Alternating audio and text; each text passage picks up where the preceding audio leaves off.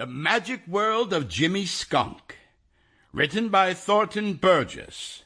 Narrated by Geoffrey Giuliano and Company.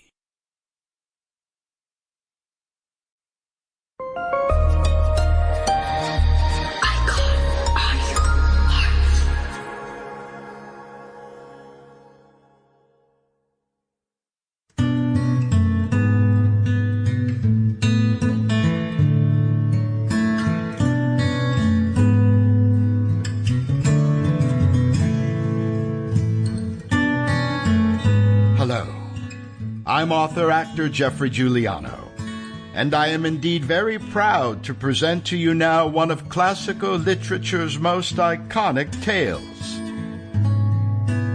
From the world's greatest writers throughout history come the most thought-provoking, meaningful, and touching stories of the human spirit.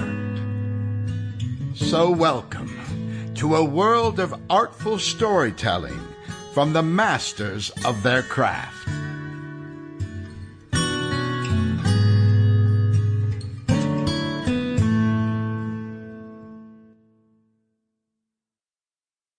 Chapter 1. Peter Rabbit Plans a Joke. The imp of mischief, woe is me, is always busy as a bee. That is why so many people are forever getting into trouble. He won't keep still. No, sir, he won't keep still unless he is made to. Once let him get started, there is no knowing where he will stop. Peter Rabbit had just seen Jimmy Skunk disappear inside an old barrel lying on its side at the top of the hill, and at once the imp of mischief began to whisper to Peter. Of course, Peter shouldn't have listened. Certainly not. But he did. You know, Peter dearly loves a joke when it is on someone else. He sat right where he was and watched to see if Jimmy would come out of the barrel. Jimmy didn't come out, and after a little, Peter stole over to the barrel and peeped inside. There was Jimmy Skunk curled up for a nap. Peter tiptoed away very softly. All the time the imp of mischief was whispering to him that this was a splendid chance to play a joke on Jimmy. You know, it is very easy to play a joke on anyone who is asleep. Peter doesn't often have a chance to play a joke on Jimmy Skunk. It isn't a very safe thing to do, not if Jimmy is awake. No one knows that better than Peter. He sat down some distance from the barrel, but where he could keep an eye on it. Then he went into a brown study, which is one way of saying that he thought very hard. He wanted to play a joke on Jimmy, but like most jokers, he didn't want the joke to come back on himself. In fact, he felt that it would be a great deal better for him if Jimmy shouldn't know that he had anything to do with the joke. As he sat there in a brown study, he happened to glance over on the Green Meadows, and there he saw something red.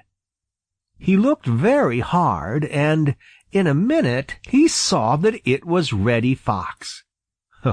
Well, right away, Peter's nimble wits began to plan how he could use Reddy Fox to play a joke on Jimmy.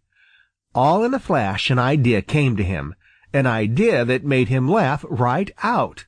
You see, the imp of mischief was very, very busy whispering to Peter. If Reddy were only up here, I believe I could do it, and it would be a joke on Reddy as well as on Jimmy, thought Peter, and laughed right out again.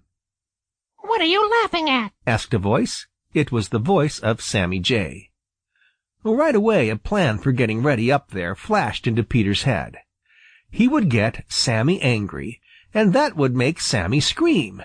Reddy would be sure to come up there to see what Sammy Jay was making such a fuss about. Sammy, you know, is very quick-tempered.